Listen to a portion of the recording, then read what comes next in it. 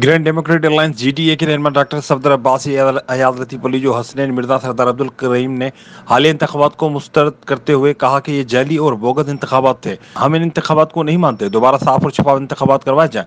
इस तरह सिस्टम नहीं चल सकता। आपने हमें सड़कों पर फेंका है तो फिर सड़कों की जंग होगी। वो हैदराबाद प्रेस क्लब में प्रेस कॉन्फ्रेंस कर रहे थे। इस मौके पर सिंध यूनाइटेड पार्टी के रोशन बड़ो, मुस्लिम लीग फंक्शनल के चौधरी जफरुल्लाह, एडवोकेट और दीगर भी मौजूद थे।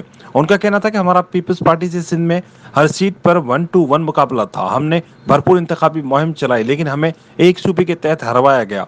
उन्होंने कहा कि आप हमें सड़कों पर फेंक रहे हैं तो फिर सड़कों पर ही जंग होगी।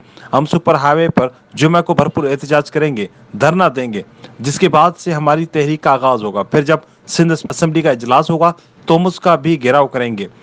उनका मजीद कहना था कि हम समझते हैं कि अगर शफाफ इलेक्शन होते तो हम सिंध में हुकूमत बना सकते थे। जीडीए के इजलास में पीर पगारा ने हमें बताया था कि एक दोस्त हमारे पास आए थे और उन्होंने कहा कि आप जीडीए खत्म करके पीपल्स पार्टी का साथ दें, वरना सिंध में एक सीट भी नहीं मिलेगी।